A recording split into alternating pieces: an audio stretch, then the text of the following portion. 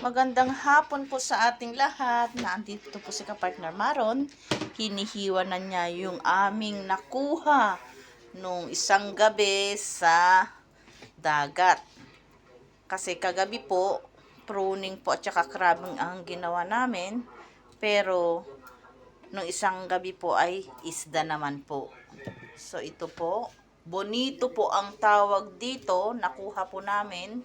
So ini-slice na po niya habang ito po ay frozen. Kasi pag hindi na po frozen at naibabad na po sa tubig, maano na siya, tawag na han, malalamog na po siya. So ayan, kinakaliwete na ni Kapartner Maron ang kanyang bonitong nakuha sa kanyang katyagaan o kasipagan mamiwas.